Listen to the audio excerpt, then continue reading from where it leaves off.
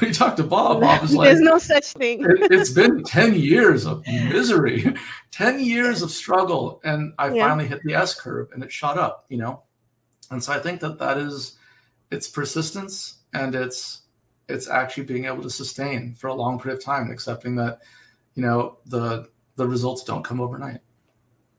love it.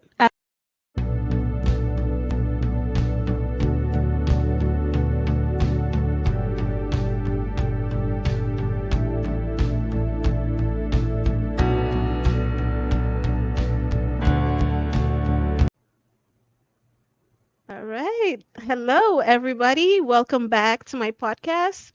Today I have a special guest with me, Amit Biljani. Hi, Amit. How are you? Hey, very close. Bijlani. I'm well. How are you? Bijl. Say that again. Bijlani. It's Bijlani. yeah, Amazing. Sorry about that. no, perfect. Bijlani. No worries. It happens. Excuse me for not pronouncing it properly. Okay, so for those of us, who might not know who Amit is, can you just tell me who is Bijlani? I guess I grew up in a suburb of Portland, Oregon, and today I've kind of reinvented myself to be a little more focused on real estate. So I've spent the last several years kind of planning some commercial developments, which are just starting to come out of the ground.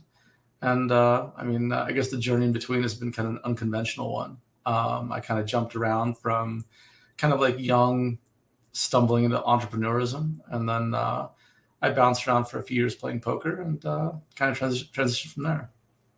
Poker. Wow. Amazing. Can you tell we're gonna go a little bit deeper.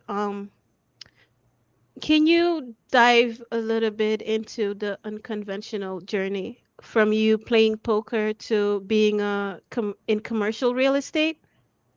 Sure. I don't know if you've ever seen the movie Slumdog Millionaire. Yes.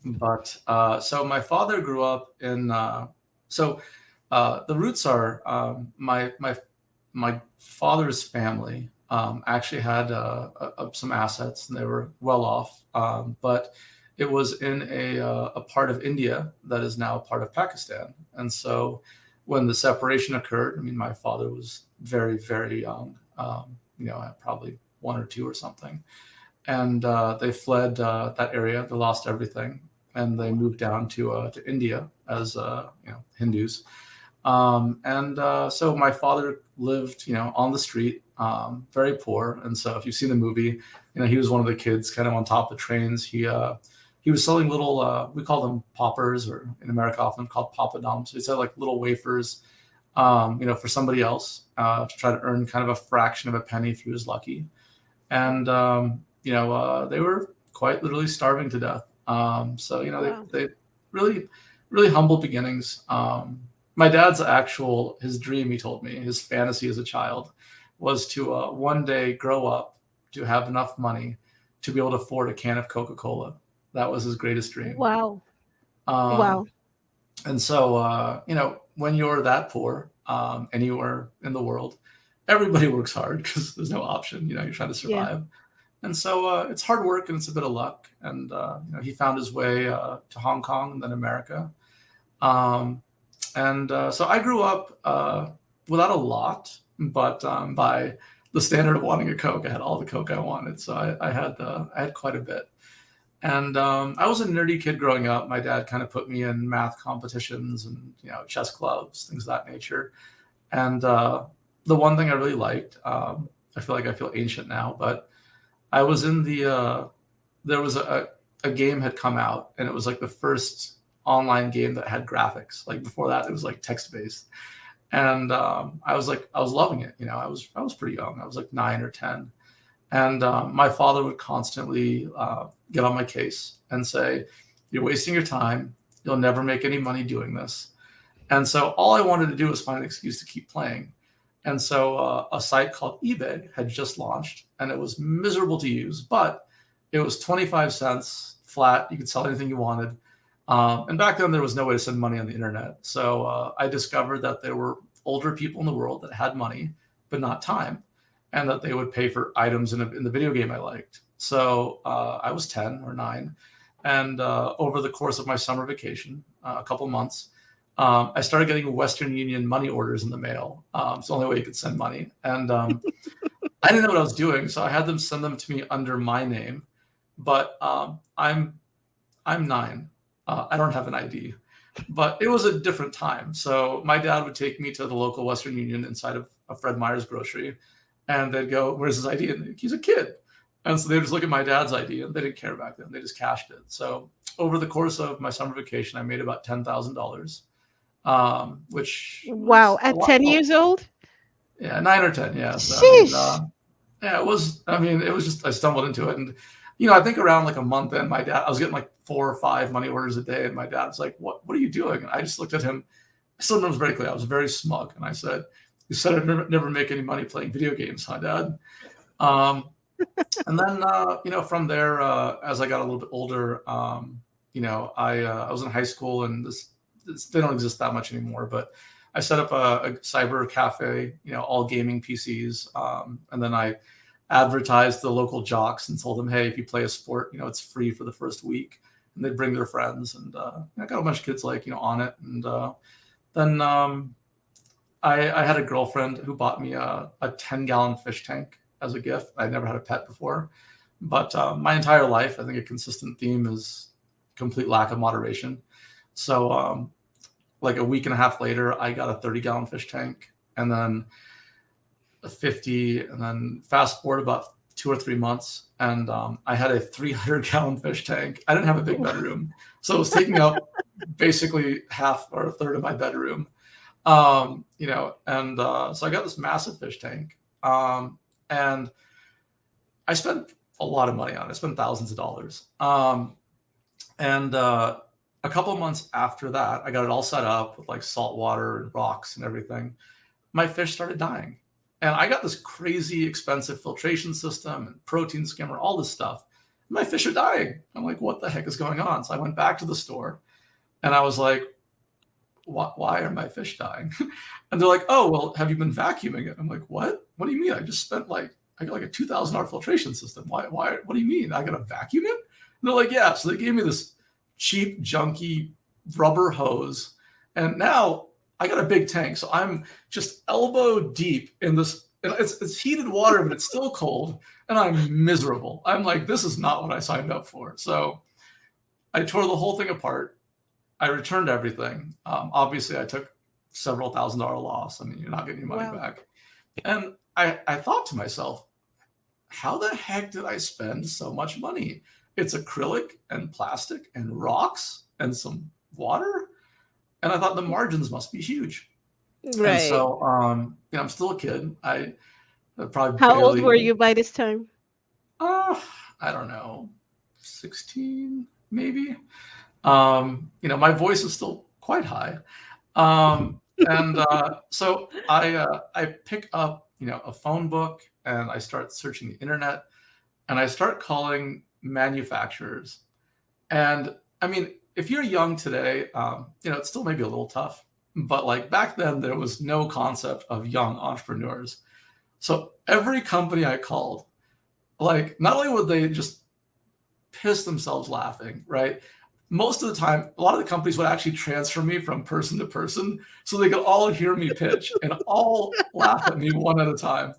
Um, so they just laugh at me, hang up, laugh at me, hang up, right? So eventually I start lying, right? They're like, "How old are you, kid?" And I'm like, "I'm 20." And then they would just laugh even harder, right? They would just die. Um, and so finally I get a hold of one guy, and he's being sweet, and he's like, "Okay, kid." And he's like, "How old are you?" And I'm like, 20. And he's like, "Come on, how old are you really?" So I'm like, "I don't know, whatever I was, 15, 16." Um, and he was like, "Okay, interesting." So he's like, "How many other manufacturers do you represent?" And I'm like, I don't represent any. I mean, you'd be the first one. And he's like, "Well, here's the thing." And he was being nice. He was like, "Here's the thing. I can't directly sell to you unless you're in business and you have 3 other manufacturers that sell to you already." And I go, "Well, how am I supposed to do that? Like, how am I supposed to get the first one if nobody will sell to me?" And he goes, "Listen, kid, write down this phone number, wait 10 minutes. I'm going to call this guy. He's going to sell your stuff at the same price, you know, and, I'm going to help you out. See, go make the order. And I did. So I made the first order. And,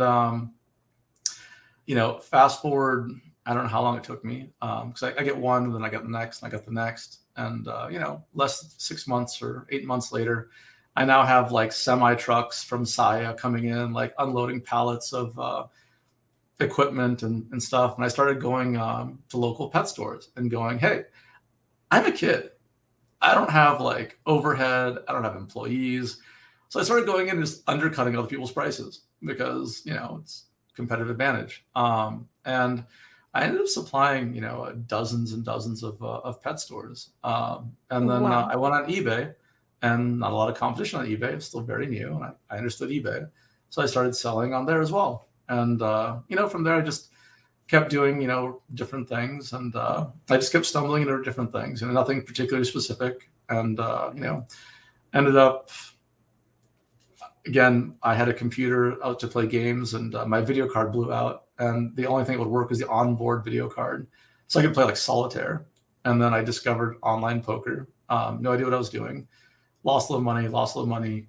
I thought I figured it out. I thought it was amazing, actually, because back then you could be super terrible and make a ton of money. And money was just falling from the sky. Like, it was just falling from the sky. In fact, I have like a distinct memory of me being, at one point I'd made so much money. And I got disillusioned with college. So I dropped out of school, and I was just traveling the world. And I was literally only playing poker on stopovers. I'd have a stopover, I'd make like $10,000, and I would just keep flying. I have this distinct memory of me in Paris on a walkway in the airport, like a moving walkway, and nobody was around. I looked, and I did like the Superman pose, and I was like, in my head, I was like, I'm gonna be rich forever. Did not know what rich was. Also, I was not rich, but I thought I was because I grew up poor. No, at Um, that age, that's impressive. Like, wow. yeah, yeah, so I grew up poor, so I was like, I don't know what I'm doing. So, poker followed me for a while. I ended up bouncing into a software business in New York, and then came back after a while, took an exit, played some more poker, moved back to Vegas, and then met my now wife. And we went on our first or second date, and she was like, just so you know, I have to leave to move to Dallas in 6 months for residency. And in my head, I was like, well, we're not going to last like 2 weeks, so it's fine. And 6 months later, she had to move, and I was like, all right, no big deal. I'll fly out, visit you on weekends. And I flew out for 2 weeks. And the second time I flew there, I was like, this is too much work. I canceled my flight back, and I moved to Dallas. So lived in Dallas for a couple of years, and then my wife finished her training, and I love her, but she is not a money motivated person. And she didn't really want to work, but she'd spent too much time in her training to not work. So we hunted around, and I was by this time I'm trading options for a living. And it's funny, backstory on that is there are actually commodities funds in Chicago that figured out that high level poker players have a lower washout rate than Ivy League grads. And so a bunch of my friends started moving to Chicago. They have literally floors on buildings full of ex-poker players trading commodities. And so my friends had gone, and I kind of got turned on to it, but I was never built to work for other people. So I was like, why would I learn on somebody else's money? Why don't I just learn on my money? It's a terrible idea, but stumbled through it. And then I'm working online. So I start hunting around for my wife, like, who doesn't want to work? How can she get a job? And we found a position in El Paso, Texas for her, where she got 6 months off a year. She got a position nobody should get right out of training. She became the medical director of a hospital, and because it's an in-need market. And so we flew out, and I thought this is going to be like Podunk Baghdad. No offense to anybody from Baghdad. I hear it has lovely restaurants. And yeah, I mean, we ended up going to a restaurant called the Hoppy Monk, which it's a nice little place. But they had like a brie pear burger or something. And I was like, that sounds bizarre. I'll get that. And it was actually delicious. And I go, okay, El Paso's got hipsters. Maybe it's fine. We'll give it a shot. So moved down here. Actually, side story, I had an electric car at the time. And I went to every apartment complex in the city. And I said, please, God, will you let me pay to install a charger? And every single one rejected me. And so and this was, I mean, this is, I guess electric cars were very uncommon back then. So I literally, we ended up buying a townhouse in El Paso just so that we could charge our car. And I figured, well, it's something she likes. It's new build, whatever. It's not a great investment probably, but at least if we don't like El Paso, we can rent it at a slight loss and leave. And now, to my surprise, I love El Paso. I love this town. I actually joke that I'm probably going to end up dying here, which is, good and bad, Amazing. I guess. And yeah, Wow. so ended up, you know, I had these crazy days in option trading. I mean, I did pretty well, and it's part of the journey. But Yeah. I had these days where I was literally losing, I 7 figures of my own money in a single day, and it's not like other things, right? An option when an option goes to zero, that money's gone. It's vapor. Like it's not coming Gone. back. And so Wow. I feel like I was developing gray hairs. I was like, this is stressful. Like this is really stressful. Like Right. what can I transition into? And maybe this isn't the best way to say it, but I kept meeting people that didn't seem particularly clever, but they were wealthy and they were in real estate. I thought, why have I consistently sought out very difficult ways to make money throughout my life Right. when there might be something with a low barrier to entry that's very easy that these people can be successful and maybe I'll give it a shot. And that kind of started me down the journey I'm in now. Amazing story. Wow. It's so much to unpack there. But so now you in El Paso, how has the whole journey, because from what I'm hearing is like you've been pretty persistent, right? You hear a lot of no's, but yet you still keep going, right? So that's amazing. That's like a trait that's not a lot of people have. A lot of people, they get rejected once or twice and it's like, oh, this is not working. But from the sound of it, like you've been trying from a very early age and hearing no didn't stop you, right? So where do you think that came from, of you just having to persevere and just keep going and going until you get the yes? I mean, I think a lot of people that are born in America have it. Maybe it's nurture, maybe it's nature, but I think for me, it's probably the immigrant mindset. I mean, when my dad is sitting there starving and his siblings are starving, you don't have the luxury to say no, right? Like, Yeah. I think that being able to accept a no is a great luxury that people in America, we're very in the Western world are very fortunate to be afforded. And so I think that when you're raised with the feeling that like you have no choice, yeah, I think it's just a different mentality that's kind of imbued upon you. Yeah. Amazing. Amazing. So I think I already know the answer to this question. Who has been the most influential person in your life? I mean, and probably my father, but my mother and my father. I mean, it's nothing but sacrifice. I think that I think the immigrant journey, and I think that, my experience I can speak about, and I haven't experienced all of it, but I think my parents from India, so I think the Indian American journey, because it's not an uncommon story, um, Yeah. my wife, my wife's parents came here with very little. My father came here with, I think, I can't remember, maybe $10, right? And Yeah. he talks with gratitude. I mean, $10 was a Yeah. bit more back then, but it wasn't much. Yeah. And he speaks of gratitude that people that helped him along the journey. But I just think it's Indian people in this country, very commonly, they're willing to sacrifice Yeah. effectively their entire life in order to give the next generation a chance. And I think that it's Absolutely. I think it's just immigrants in general. I Yeah. have to chime in there. It's something you see with a lot of immigrant families. It's you come here with nothing, right? You know what it is like to have nothing. So you there's this attitude of gratitude that comes with everything you get, even if it's very small to, people who are accustomed to it, right? $10 is a lot of money, depending on what part of the world you're from, right?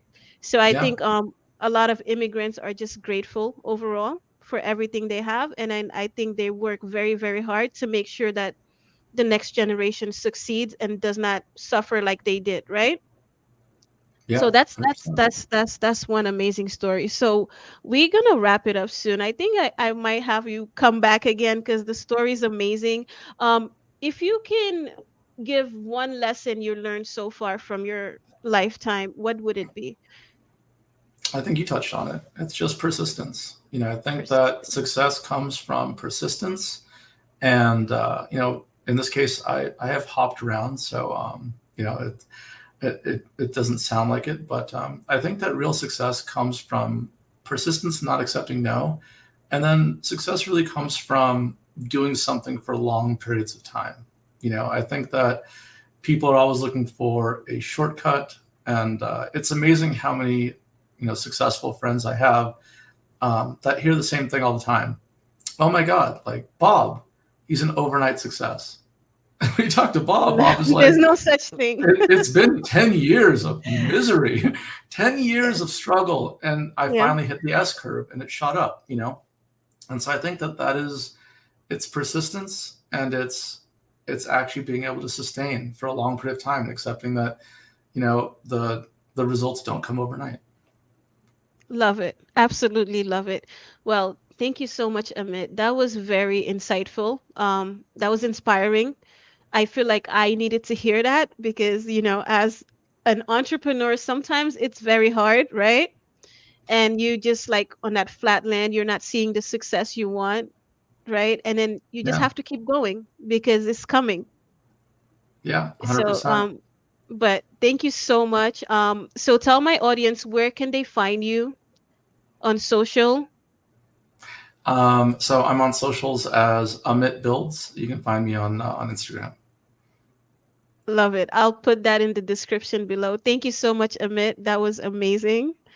Thank you for your time, and hopefully we'll have you soon to speak, about some of these ventures on a deeper level for sure.